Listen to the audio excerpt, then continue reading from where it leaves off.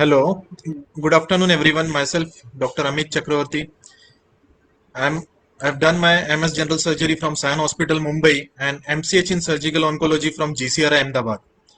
I am a surgical oncologist, and I'm attached with various hospitals. Today, we are basically going to discuss regarding head and neck cancers. The reason for being this discussion is you will see that the incidence of head and neck cancer has increased significantly, not only in India but globally, right? If you see what head and neck cancer comprises, it's right now starts from basically from your oral cavity from lip till your larynx, right? So it encompasses various sorts of cancer that can arise from your nasal cavity, nasopharynx, oropharynx, hypopharynx, oral cavity, larynx, or trachea, or pharynx, right? These are the various sites from where the cancer can arise in cases of head and neck cancer. And there are different various etiological factors responsible for causing this cancer in head and neck. And there are different signs and symptoms that are responsible for manifestation of this head and neck cancer. Why we are discussing this topic of head and neck cancer? Overall, if you see the incidence, it comprises about 57.5% of global head and neck cancer occurs in South Asia and especially in India. So this is quite significant number of population that is getting affected by head and neck cancer. So we are going to discuss this topic today in detail. Head and neck cancer in India accounted for around 30% of all cancers. And in India, the most important thing that we are dealing right now is 60 to 80% of patients present in advanced stage as compared to 40% in developed countries. See, this line is very important. Why it is important? When I say advanced stage, cancer has been basically divided into four stages. Stage 1 and stage 2 are called early stage, and stage 2, 3 and stage 4 are called advanced stage. What is most important that we spread so much of awareness in our society so that we should get maximum number of patients in early stage, that is stage 1 and stage 2. Early the stage of the cancer, most more curable they are, and their overall survival and their disease free survival is very good. So we want to identify most of the individuals suffering from head and neck cancer in early stage so as to give them good quality of life and good treatment. That is the most important here. And in this pandemic, what we are seeing a lot of patients, they have not taken their treatment at a regular time or proper time, and they are already late in their treatment, and we are seeing more cases being approached in late stages as compared to early. So this is going to have detrimental prognosis on their overall survival. Again, if you see the Globocon data, lip and oral cavity cancer comprises about 10.4%, which is significantly high. This data has been taken in 2018 from Globocon 2018, and this 10.4 is a significantly high number of percentage that comprises of oral cavity or head and neck cancer. So we need to be highly aware of this particular signs and symptoms and its early diagnosis. Now, what we are going to see how it is occurs, how it occurs, what are the symptoms, and how it could be diagnosed early, and what are the different sorts of treatment modalities that we are having today with us, right? If you see the high risk factor, what are the most important etiological factor that is responsible for causing head neck cancer is tobacco, which is being used in different forms, right? Use of alcohol, exposure to human papilloma virus. This is very important. This is very important because we are seeing lot number of individuals, those who are non-addicted but afflicted with human papilloma virus and having head and neck cancer, right? These are the risk factors that are responsible for causing head and neck cancer. If you see those risk factor in detail, tobacco products can be in the form of smoking tobacco, cigarettes, cigars, pipes, chewing tobacco, snuffs. Then the chemical, those who are working in chemical industry or those who are having a exposure to different chemicals in the form of asbestos, chromium, nickel, arsenic, formaldehyde, and the other factors that are though small but playing a significant role are in the form of ionizing radiation, Plummer-Vinson syndrome.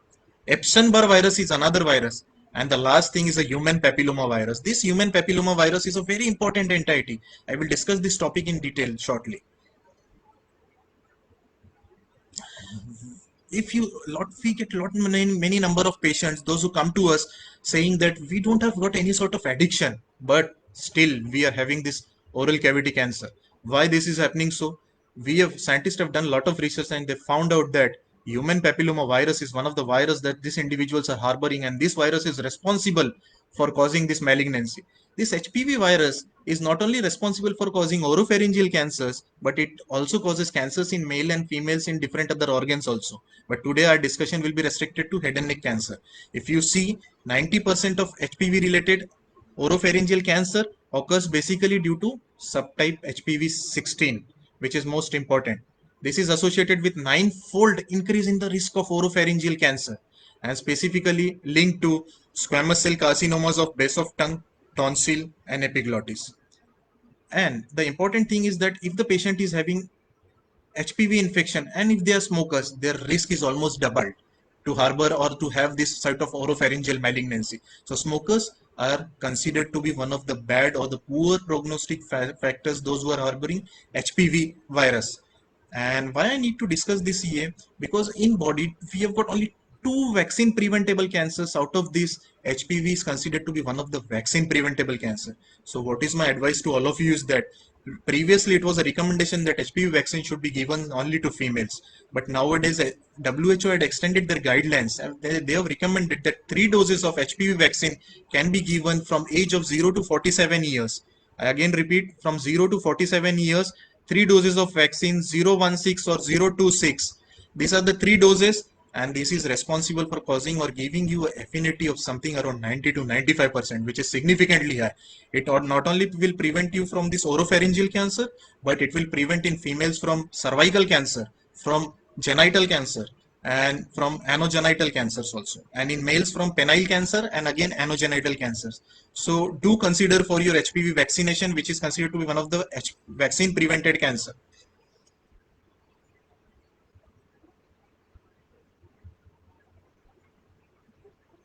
If you see the 90% of incidents which I've already told you, again we are seeing the basically comparison of HPV negative and HPV positive head and neck cancer. HPV positive mostly occurs in tonsil and base of tongue, that is posterior aspect of the tongue. They are seen more commonly in younger individuals, more commonly in males, and their incidence is increasing day by day. They have got early T stage, means the size is, they reach at early T stage but advanced N stage, when the size of the node or the neck mass is large as compared to the size of the primary A. And they are mostly poorly differentiated or basilar type, right? And they are most commonly associated with wild type P53 mutation.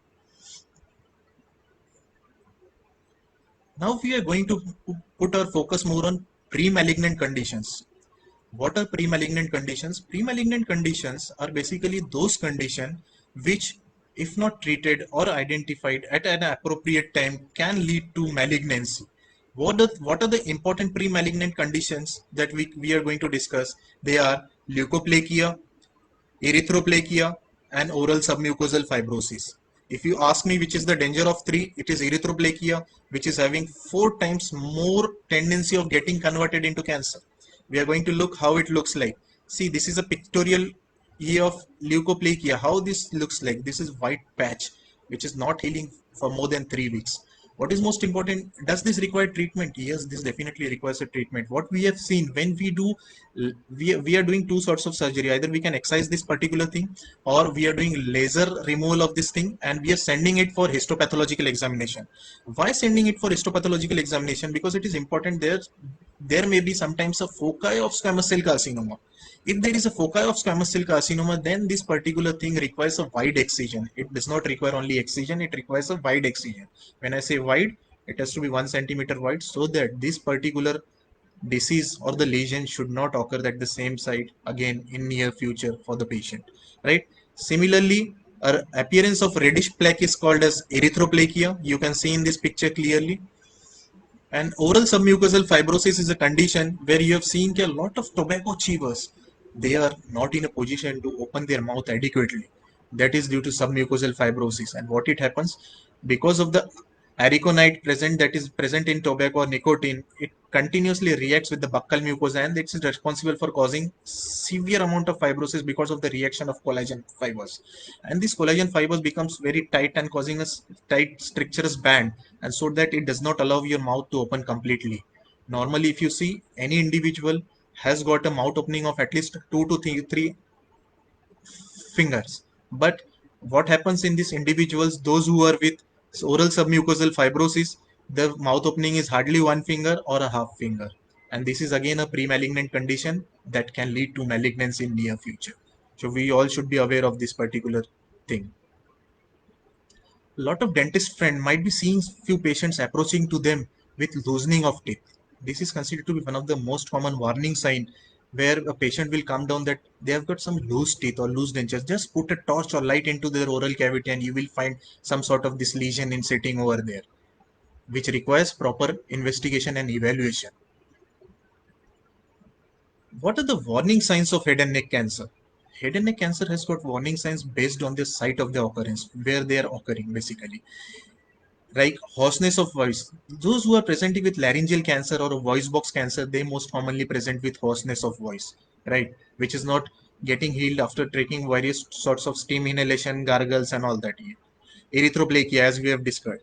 Few patients we get, they come down with referred ear pain, persistent earache, persistent, either to one side or both the sides of ear. This is most commonly seen when the lesion is sitting on the base of the tongue. Either the lesion is on one side or it is involving both the sides, that both the base of the tongue are involved. Persistent sore throat, epistaxis, bleeding from nose. This is again a common finding which we see basically in nasopharyngeal cancer. Nasal obstruction, again a symptom of nasopharyngeal cancer, where the patient will have frequent nasal obstruction or a small amount of bleed from nose. Serous otitis media, that is, they are having hard of hearing. They will be having a sort of conductive hearing loss. They will be able to hear low quality of speech, even though the front person might be speaking in a normal voice. Presence of neck mass. See, this is a very important finding. Neck mass, what it happens, previously there was a dictum that if you find any sort of neck lymphadenopathy, so mostly it is due to tuberculosis unless proved otherwise. But I would tell you the dictum was of old age. Now today it is not considered as TB unless it is proved otherwise that malignancy has been ruled out. So what is important, that you should always put a differential diagnosis or a consideration that this could be due to cancer. And what is most important, that you need to do either fine needle aspiration cytology of that particular lump in the neck or true cut biopsy, right? This can be done by USG guidance under ultrasound guidance.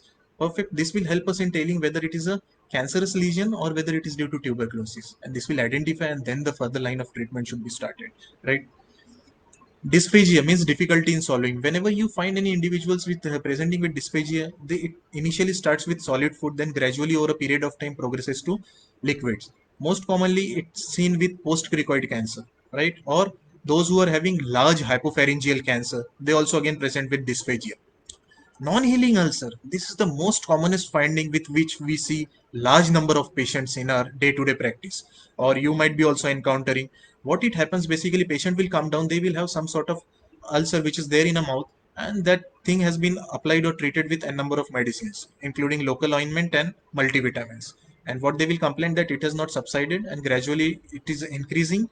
And we have taken all sorts of therapies. So always, whenever a patient comes to you with this non-healing ulcer, always send this particular patient to a proper surgical oncologist or a head neck cancer surgeon so that he gets properly evaluated and treated. What is most important, to take a biopsy of this site, and this biopsy will help us determine whether this is a cancerous lesion or a non-cancerous lesion. Submucosal mass, I've already told you that patient may come with submucosal mass in the tongue or some in the posterior part of the body which is not seen, but they will come with a complaint of either a referred pain in the ear or difficulty in swallowing. These are considered to be the warning signs of head and neck cancer, and not all cancers present with symptoms at early stage. Sometimes the patient might come down to you with absolute dysphagia, means they are not able to swallow, or with bilateral earache when the involvement of base of tongue is quite severe, right? This graphical picture will tell you how it looks like: a lump in the neck, a growth in the mouth like this, swallowing problems, changes in the skin or changes in the buccal mucosa, that is the inner aspect of your cheek. Change in voice, what we have discussed, that is hoarseness of voice, bleeding from nose, nasopharyngeal cancer, and persistent earache. These are all the signs and symptoms of warning signs of head and neck cancer. Less than 10% of patients have got distant disease at the time of presentation. Distant disease means the cancer is occurring at one part of the body and it has spreaded to other part of the body. And if it has occurred in the oral cavity and if it is spreaded below your collarbone to lungs or any other part, then it is considered as advanced or metastatic cancer. Basically, when metastatic, it is called as stage 4 cancer, right? Depending on the site of the cancer, again, there are different sorts of manifestations, like glottic cancer means voice cancer will have involvement in the form of change in voice. Hypopharyngeal or laryngeal cancer will have hoarseness, sore throat, difficulty in swallowing. Then coming to how to go ahead with the investigation of this particular thing, whether biopsy should be done or imaging should be done, right? There is no controversy in this particular topic. The first and the foremost important investigation that you should always do is the imaging of the patient, right? Once you image, then you subject that patient to biopsy. Why? Because when you take a biopsy, that particular area creates a site of inflammation, and that might increase your lesion size on the imaging, either on CT scan or MR imaging. So it's always better that you perform imaging first and then subject the patient to biopsy. What are the different imaging modalities preferably done in head and neck? Basically, there are two important modalities. One is CT scan, one is MRI, which is to be done for what sort of malignancies. See, CT scan neck and paranasal sinuses has to be done for all the indications of head and neck cancer except tongue cancer. And whenever we are dealing with tongue cancer, in those scenarios, you have to do MRI.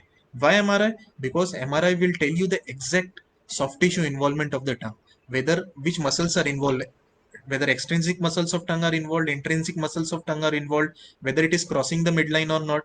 These all important informations can be better articulated or seen in MRI as compared to CT scan. So MRI stands gold standard investigation in terms of imaging for tongue malignancies, tongue cancer, right? And whether CT scan is to be done or a PET CT. Now PET CT has become a fashion for a lot of individuals. Yes, do we do recommend PET CT scan, but it is not an investigation of choice to be done at the first hand.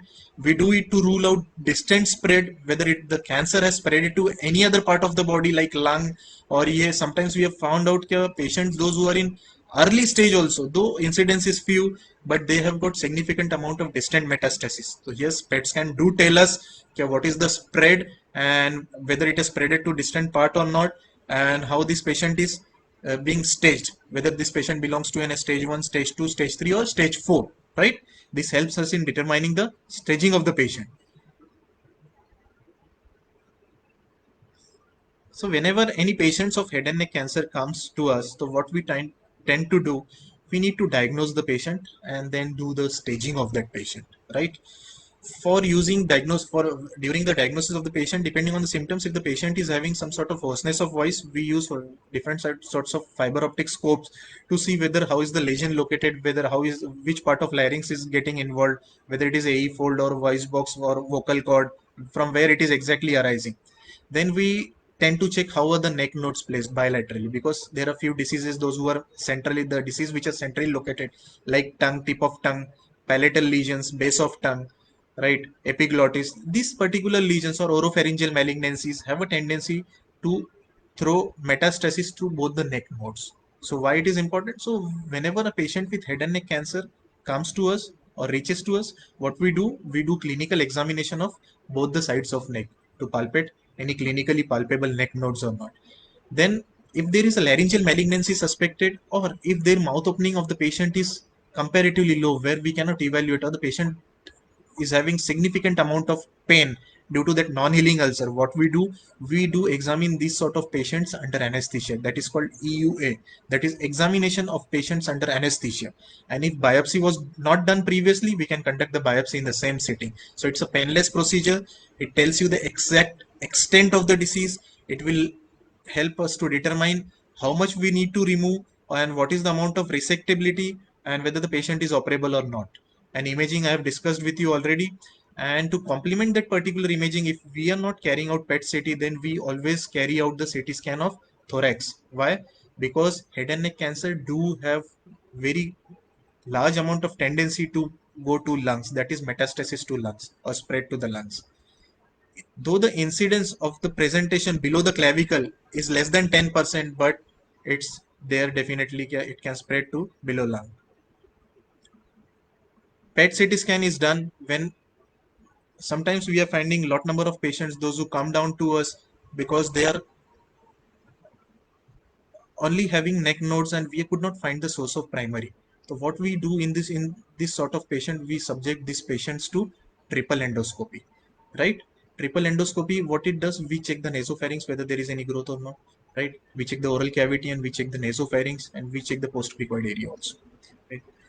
Lot of times we could find out any of the lesions might be located either in nasopharynx, base of tongue, larynx, pharynx, or in post-cricoid area.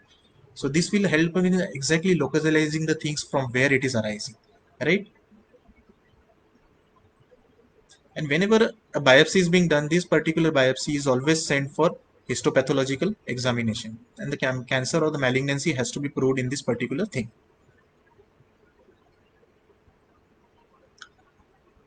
See, there is, whenever patient comes down to us, so there is called as clinical staging, in which stage the patient is belonging, right? That can be determined by seeing the T size, means the size of the particular lesion, right? And then the N size, that is the whether his neck nodes are involved clinically or clinico-radiologically, means a CT scan or on MRI, right?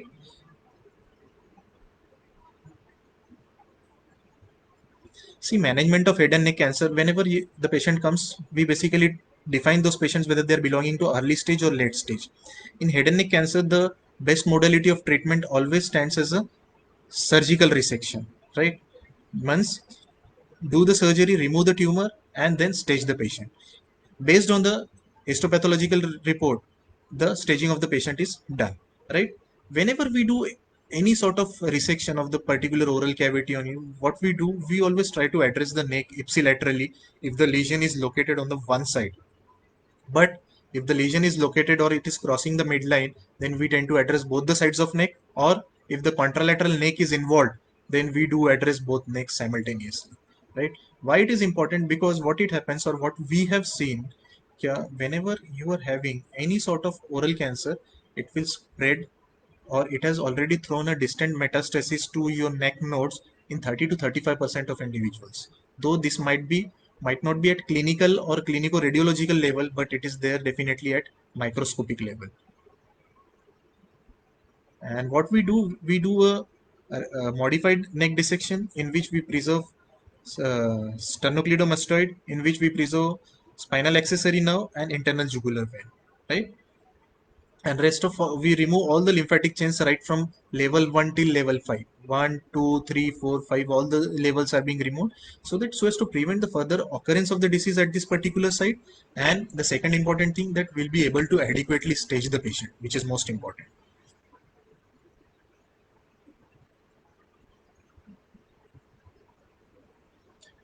The key to curing cancer is basically that I would suggest that it is always better that you stop all sorts of addiction, that stop all smoking or smoking tobacco in every forms.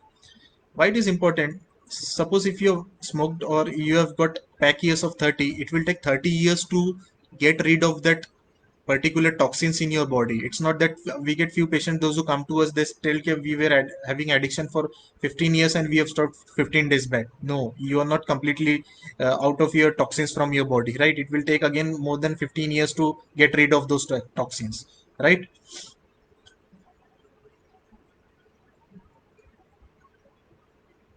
Other ways to cure the cancer is that prevention is definitely better than cure.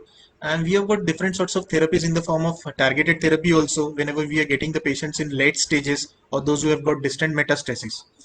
What is most important, I would like to focus on screening. Screening, molecular screening for early disease, genetic screening for inherited cancer susceptibility, and conventional screening for non-genetic risk factors. Treatment modality in head and neck cancer, basically it's always a multimodality treatment. Surgery only is not going to suffice. Surgery is definitely a gold standard treatment, and treatment basically depends on the stage of the disease. Surgery with good plastic reconstruction is considered to be the need of the hour, so as to have a good cosmetic outcome for the patient. But what it happens, we have seen a lot many number of patients do reach down to us at late stage, right? Whenever the patient reaches us at late stage, then we need to subject those sort of patients to neoadjuvant chemotherapy. So what is neoadjuvant chemotherapy? Any chemotherapy that is being given just prior to the surgery, so as to reduce the size of the tumor. Today, if the suppose the size of the tumor is around 6 centimeter and we need to remove the entire tongue, but that is going to give him a good poor quality of life. What we can do, we can just ask him to take 2 to 3 sessions of chemotherapy, that is called as neoadjuvant chemotherapy. Will downstage or downstage the tumor And after completion of his 3 sessions, then we reevaluate him again clinically and radiologically. And if the response is good, then we can do conservative surgery with this patient. So the patient will have good cosmetic outcome. That is most important.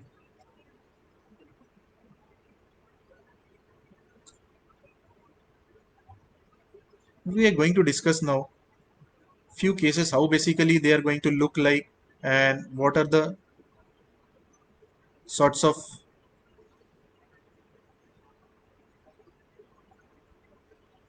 See, we are going to discuss central arch cancer, how it is going to be basically.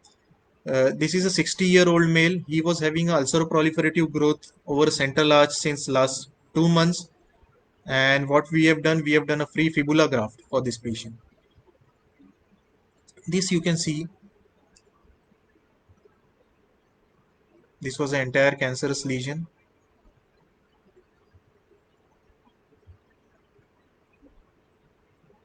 and this has been completely resected.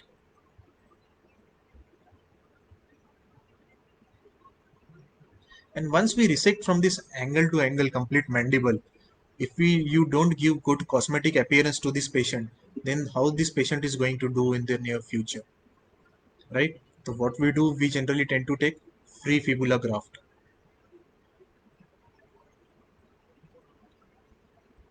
This is a fibula bone. See, fibula is a bone basically which is present below your knee joint, right?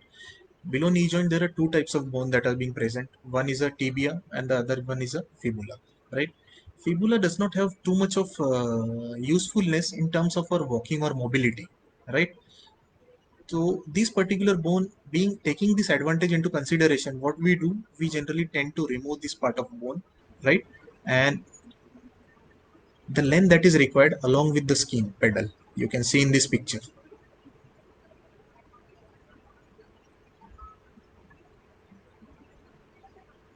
right? Then this particular bone is being given a shape like this, a contour of a mandible,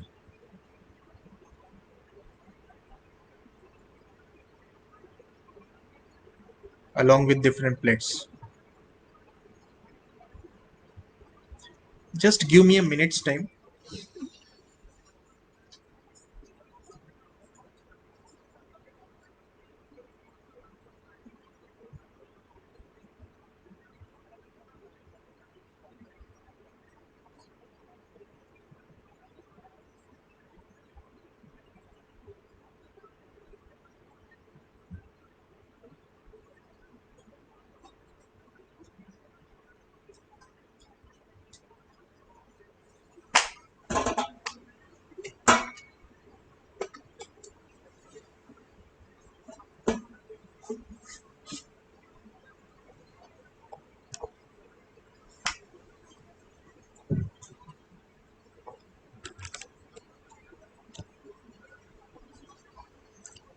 See what is done basically, we give the contour of this jawbone to it, and a plating has been done from outside. This is a titanium plate basically, and this plate is being in situ like we do for different sorts of fractures to all other patients, right?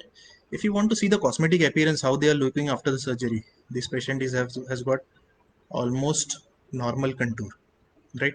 Which is very important. So previously what it is used to do, most of the surgeons, they used to remove this thing radically, right? Once the removal has been done, then the horse flap that was there was a pectoralis major myocutaneous flap. What it used to happen, if you remove this complete central arch of the patient, then there will be complete sagging of the mouth, right? They won't be able to swallow anything. The moment they will put any food inside, the entire thing, or the at least 80 to 90% will trickle out, right? So what is most important, to have a good cosmetic appearance of the outcome, because quality of life of the patient is very important, and their most important concern is that how they are going to do after the surgery, whether they are going to able they will be able to eat or not, whether they will be able to have a normal swallowing or not. What about the teeth that are getting removed during the surgery? If you see in this free fibula A, what we do basically, after giving it the shape and making it fit into a particular area by with the help of screws and plate, right? This particular bone can be implanted with tooth, right, after years duration. of completion of radiation treatment, right? So what will happen, the patient will have a good quality of life, it will have a good cosmetic appearance. At the same time, the chewing capability and potential will be very good, so that they'll be able to eat the food properly, which is most important concern, and we are able to address those concerns. You can see similarly in this picture again, here comparatively less amount of bone was resected. These are the two cut ends of mandible.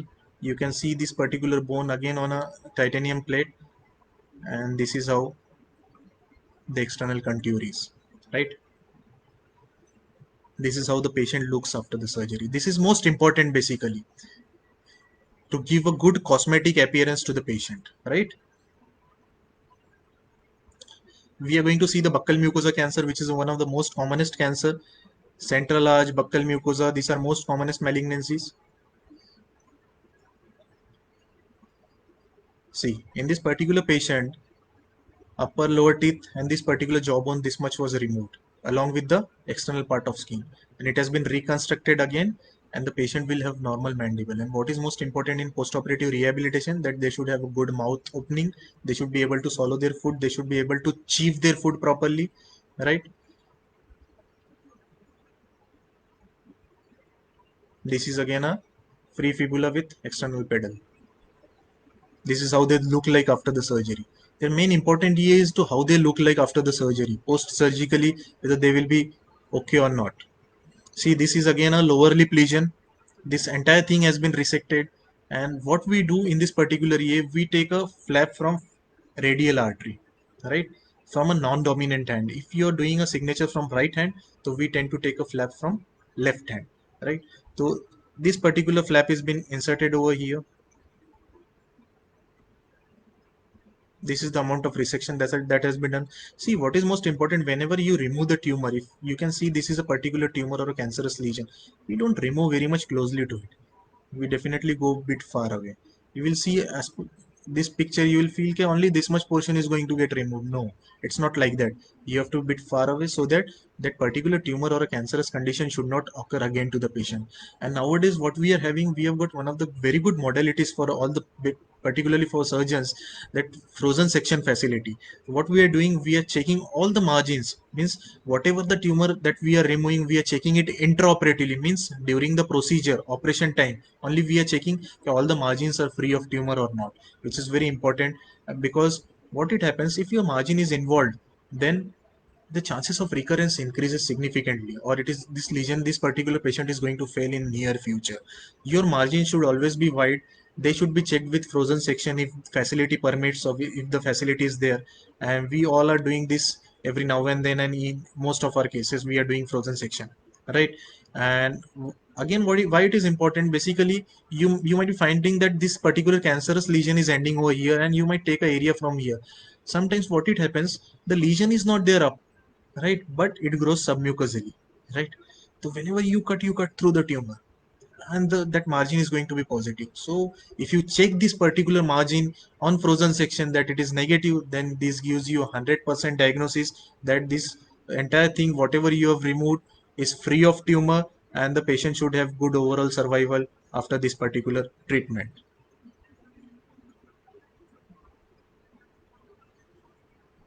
See, this is the second most common cancer. What we are dealing is a tongue cancer. When we remove half of the part of tongue, this this has been removed basically. And what is the most important aspect in this ये picture, the patient always have ये क्या, how I'm going to able to speak after the surgery, whether I'll be able to speak normally or not. What about my swallowing, whether I'll be able to swallow it or not. If you remove somebody's half portion of the tongue, then their quality of life definitely is going to hamper. So what we are going to do, we are going to reconstruct this particular individual's tongue either with free radial artery forearm flap from the non-dominant hand, or free anterolateral thigh flap, so that they should have good quality of speech, as well as this will help in swallowing or deglutition, right? This is how you can see how the patient is looking like after the surgery.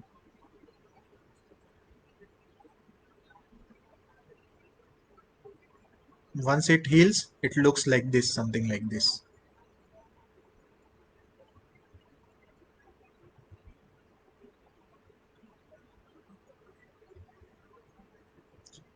The another flap that we are going to discuss now is basically a buccal mucosal cancer, and it is an anterolateral thigh flap.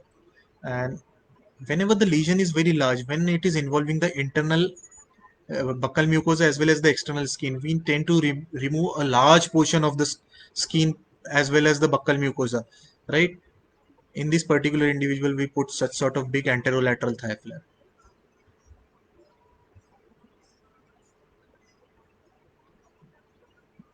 See, this is how it looks like. So whenever we do surgery, after surgery, what it happens generally within a week's time, we tend to get the histopathological report of this particular patients of oral head and neck malignancies. And once we get the histopathological report, then we can determine in what stage final what is the staging of the patient and what are the other modalities of treatment that the patient will be requiring. In 90 to 95% of our scenarios, most of the patient requires adjuvant form of radiation, right? And this particular thing generally starts somewhere in between 3 weeks to just before 6 weeks of surgery from the date of surgery, right? This duration is very important. See, if you subject the patient after 6 weeks now, the benefit of radiation is going to decrease over a period of time. So what is most important? Early wound healing of the patient and sending the patient within this duration. And from patient's perspective, what is important that removing the only tumor is not going to serve your purpose. What is most important that you should complete the other sequence or other modalities of treatment based on your stage. Sometimes you might require only radiation therapy. Sometimes if your stage is high or if there is a perinodal extension, so you might require chemotherapy along with radiation therapy. See, in this particular year, what is it is done? It is something like a therapy that is being given just like it is a CT scan like machine in which you have to sleep for a short duration of time, and there are rays are there, and the duration of treatment varies. Either it can be from 2 to 3 minutes to 15 minutes, and you have to take the treatment for 5 to 6 weeks, right? And during those treatment, a weekly chemotherapy will be given to you. And if you take the entire course of the treatment properly, then the chances of recurrence reduces significantly, which is most important. And once you complete the entire modalities of treatment, surgery, chemo, or radiation, then this particular patient or individual is being put on follow-up. This follow-up is very important for each and every individual. They should always do follow-up with their surgical oncologist, medical oncologist if chemotherapy received, and radiation oncologist if radiation received. Right? During this follow-up, what we do in basically first 2 years, we do follow-up after every three monthly. In this follow-up, we do basic blood investigation in the form of CBC, chest X-ray or chest CT scan, and bilateral sonography of the neck. Right? And once you are complete with this initial 2 years of duration, which is the duration most important to have recurrence, and if you are disease free, then the chances of this particular lesion occurring to you again is significantly reduced, right? Once you cross this duration of 2 years, what we do, we reduce this follow-up duration, we increase the follow-up duration, and you meet or come to us after every 6 monthly, right? Till you complete total 5 years, right? Once you have completed total 5 years duration, then that patient is called as a cancer survivor, which is our aim, that we want more of the patients to be a cancer survivor, those who are afflicted with cancer. So this can happen only when they come to us at a very early stage, and when they can get diagnosed with us, get treated properly, not only surgery, they should complete the adjuvant form of treatment also, right? We have discussed this particular oral cavity cancer. Now the second very important cancer which I want to discuss with you is a laryngeal cancer, that is a voice box cancer, right? What it happens whenever there is a voice box cancer, if the patient reaches at very early stage, then radiation therapy only could suffice, or we are doing microlaryngeal surgeries also, right? What we do whenever we do microlaryngeal surgery, we subject those specimen for frozen section. Why frozen section? Again, to see whether it has been removed adequately with margin. Here we don't consider 1 centimeter as a gold standard margin. More than 1 margin negative is sufficient, right? Second, what it happens when you need to remove a complete voice box, the most important concern that most of the patient have there in mind, that if my complete voice box is going to remove, then how I am going to speak after the surgery, whether I will be able to speak or not. This is the most important concern. Yes, these patients are definitely going to speak after the surgery, but what is most important that during the surgery, there are two types of procedure basically. One is total laryngectomy, one is near total laryngectomy, or in your words is hemilaryngectomy, right? When we do total laryngectomy, what we do the remove the entire larynx. That is, we remove the entire voice box. Both the vocal cords are removed, right? Then how this patient is going to speak after the surgery? This patient is going to speak after the surgery with the help of a prosthesis that gets inserted during the procedure. That is called as TEP prosthesis. Do the patient speak immediately after surgery? No, they have to be get trained, and this particular training generally starts 3 months after the surgery. And if you see the quality of voice, the quality of voice gradually improves over a period of time. We have got a speech therapist associated with us, those who are taking care of their speech training, and after 1 year I can guarantee you that they can reach a voice quality of at least 80 to 90% what they were having previously prior to surgery. And what it happens, they are in a good position to communicate with others, their morale is high, and if they complete the entire treatment, laryngeal cancer is one of those cancer which is highly curable, treatable, and if treated properly it doesn't recur, right? And when you remove a part of larynx, right, whenever the disease is localized only to one part of larynx, we called it as near total laryngectomy, in which we remove only half of the larynx and we keep the rest of the half of the larynx intact, so that this particular individual will have voice with his own vocal cords. The one vocal cord that is remaining in his voice box is going to do the function of the same, right?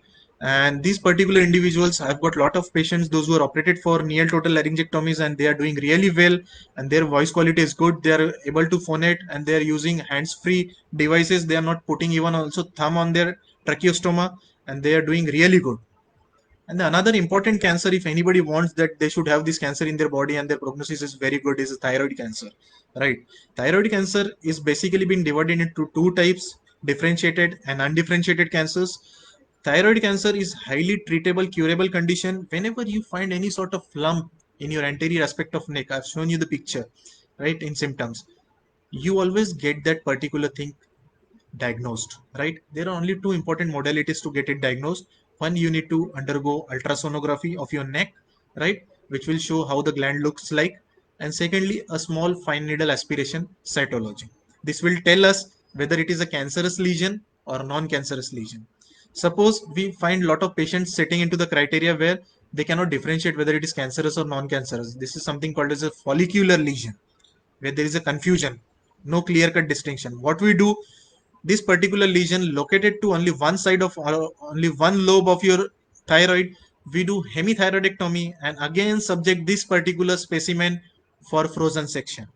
Again, the importance of frozen section is there.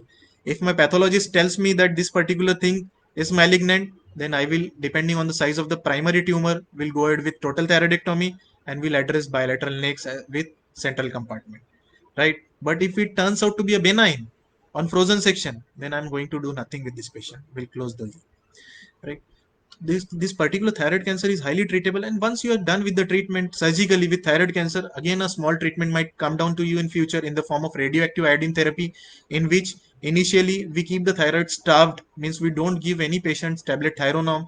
We let the TSH levels to rise up to a level of 30 or more than 30, so that thyroid is completely starved, and we subject these particular individuals to radioactive iodine diagnostic scan, right?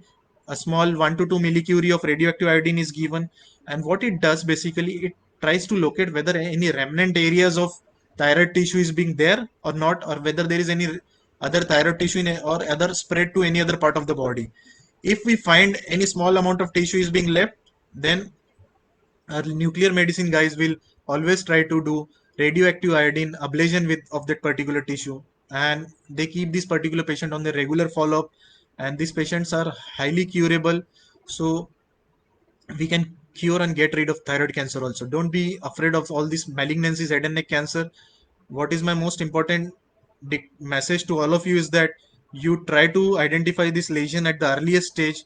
Always consult your surgical oncologist or cancer specialist at the earliest, right? If you're seeing some sort of non-healing ulcer or any lump in neck, always visit a surgical oncologist or a cancer surgeon, get it diagnosed, get it ruled out, other differential diagnosis. If cancer being diagnosed, don't do alternative forms of treatment, do what is medically being followed throughout the India or globally, and get yourself treated. Cancer is curable provided you reach the door of a doctor at a proper time, right? If you let too late, then we are also sorry in few of the cases, right? Thank you very much, and I stay healthy, stay fit. I would like to convey that next presentation will be by Dr. Krunal Khobragade. It will be basically on pancreatic cancer on 11th of November at 3 p.m.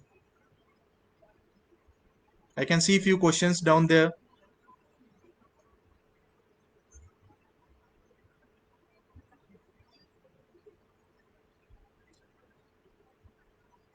Mr. Siddesh has, what is the most common head and neck cancer? See, most common head and neck cancer is basically a buccal mucosa cancer, right? We are seeing lot many patients and the incidence is quite high. This is basically due to sort of addiction, and in which we tend to keep that particular thing in our mouth at a particular site in buccal mucosa and keep that particular tobacco for a long duration, and that is responsible for causing this here. So buccal mucosa cancer due to tobacco addiction in different forms is the most common cause of head and neck cancer.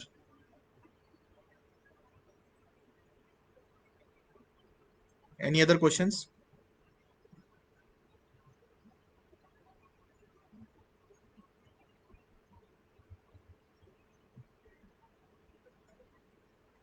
Siddesh has asked, after surgery, there would be any difficulty to the patient in swallowing. See, what it happens, Siddesh, basically for 3 weeks, we generally keep the patient 2 to 3 weeks on Ryle's tube feeding. After that, we start gradually overlapping, in overlapping manner, we start with liquid diet, and then we turn the patient to soft diet. By around 4 weeks, most of the patients are in a position to have the soft diet.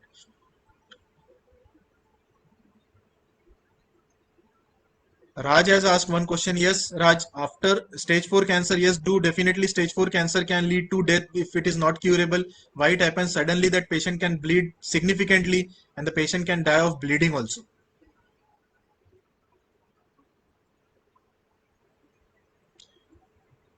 Head and neck cancer is absolutely curable, one Amit Chauhan. There is no nothing to worry. You can absolutely cure the head and neck cancer. The only concern that is there that you should reach the treating doctor or a cancer surgeon at the right time and early time. Janvi, after oral surgery, can the patient cannot drink alcohol, and I don't advise that you should be asking any of your patients to continue their addiction. This addiction should be stopped once for a lifetime. They should not again start consuming the same.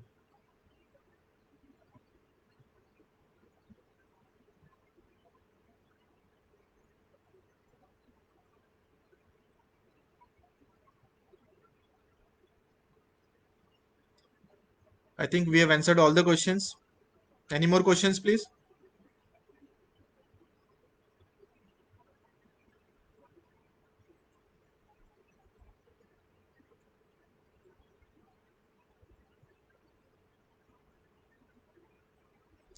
Okay, thank you. Thank you very much.